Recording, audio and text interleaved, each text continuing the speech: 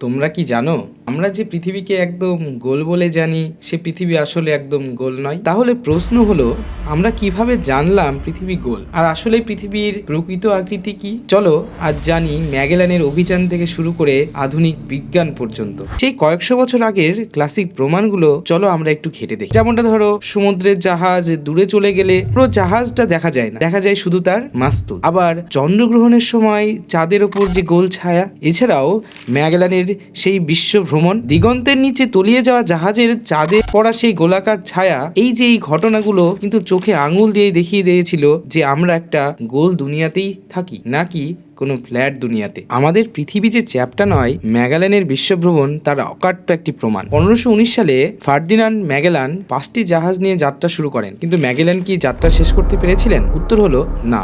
যাত্রা শেষ হওয়ার আগেই তিনি মারা যান। অনেক কষ্ট, ক্ষুধা, মৃত্যু পেরিয়ে 1522 সালে তার নাবিকরা আবার শুরুস্থানে ফিরে আসে, যা প্রমাণ করেছিল পৃথিবী গোল, বদলে দিয়েছিল মানচিত্র, বদলে দিয়েছিল মানুষের চিন্তা। যদি পৃথিবী সমতল হতো বা চ্যাপ্টা হতো, তাহলে ঘুরে আবার এই জায়গায় ফেরা হয়তো তাদের আর সম্ভব হতো না। এটিই ছিল পৃথিবী গোল হওয়ার প্রথম বাস্তব প্রমাণ। কখনো কখনো একজন মানুষ থেমে যায়, কিন্তু তার সাহস ইতিহাস হয়ে যায়, ঠিক যেমনটা ম্যাগেলানের বিশ্বভ্রমণ। এছাড়াও দ্বিতীয় প্রমাণ হিসাবে আমরা সমুদ্রের দূরে যাওয়া জাহাজকে ধরে নিতে পারি। তোমরা খেয়াল করলে দেখবে জাহাজ দূরে গেলে আগে নিচের অংশটা অদৃশ্য হয়, তারপর সবশেষে মাস্তুলটা। এটি প্রমাণ করে যে পৃথিবীর পৃষ্ঠ আসলে বাঁকা। তৃতীয় প্রমাণ হিসেবে আমরা চন্দ্রগ্রহণকে ধরে নিতে পারি। চন্দ্রগ্রহণের সময় চাঁদের উপর পৃথিবীর যে ছায়া পড়ে সেটা সবসময় গোল। শুধু গোল বস্তুর ছায়াই কিন্তু সব দিক থেকে গোল হয়। তাহলে পৃথিবী কি একদম ফুটবলের মতো গোল?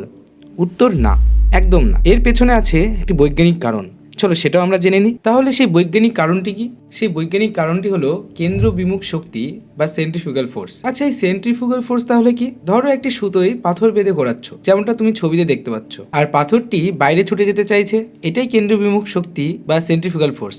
ঠিক এই শক্তির জন্যই পৃথিবীর মাঝখান অর্থাৎ নিরক্ষীয় অঞ্চল একটু ফোলা আর দুই মেরু একটু চাপা। তাহলে পৃথিবীর এই ফোলা ভাবটা আসলে কতখানি? চলো মেপে দেখি। যদি আমরা নিরক্ষরেখার এক প্রান্ত থেকে আরেক প্রান্ত মাপি, তাহলে নিরক্ষ ব্যাসের দূরত্ব দাঁড়ায় 12,757 কিলোমিটার, এবং উত্তর মেরু ও দক্ষিণ মেরু যদি মাপি, তাহলে মেরু ব্যাসের দৈর্ঘ্য কমে গিয়ে হয়ে যায় 12,714 কিলোমিটার, যেটি নিরক্ষীয় ব্যাসের ক্ষেত্রে ছিল 12,757 কিলোমিটার। হিসেব করে দেখলে বোঝাই যায় যে আগের থেকে 43 কিলোমিটার কম। তাহলে বুঝলে তো, আমাদের পৃথিবীটা লম্বার থেকে চওড়াতে 43 কিলোমিটার বেশি। এই সামান্য পার্থক্য মনে হলেও এই পার্থক্যই পৃথিবীকে একটি নিখুঁত গোলক হতে দেয়নি। আরে থামো থামো, যাচ্ছ কোথায়? এখনো আমরা কিন্তু পৃথিবীর আসল আকার তো জানতেই পারিনি। তাহলে পৃথিবীর আকৃতি আসলে কেমন? পৃথিবী আসলে ফুটবলের মতো নয়, বরং কমলা লেবুর মতো। এই আকৃতিকে বলা হয় অবলেট স্ফেরয়েড। আসলে পৃথিবীটাকে সম্পূর্ণ অভিগত গোলকও বলা যায় না। পৃথিবীর প্রকৃত আকৃতি আরো অনিয়মিত। তাহলে এই আকৃতিটাকে আমরা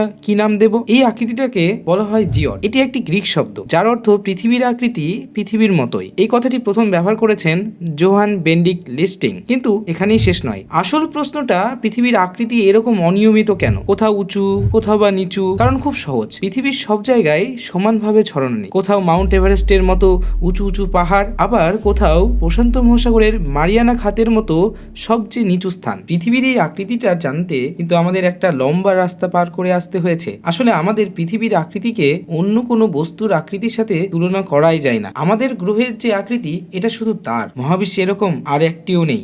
কতটা অদ্ভুত, তাই না?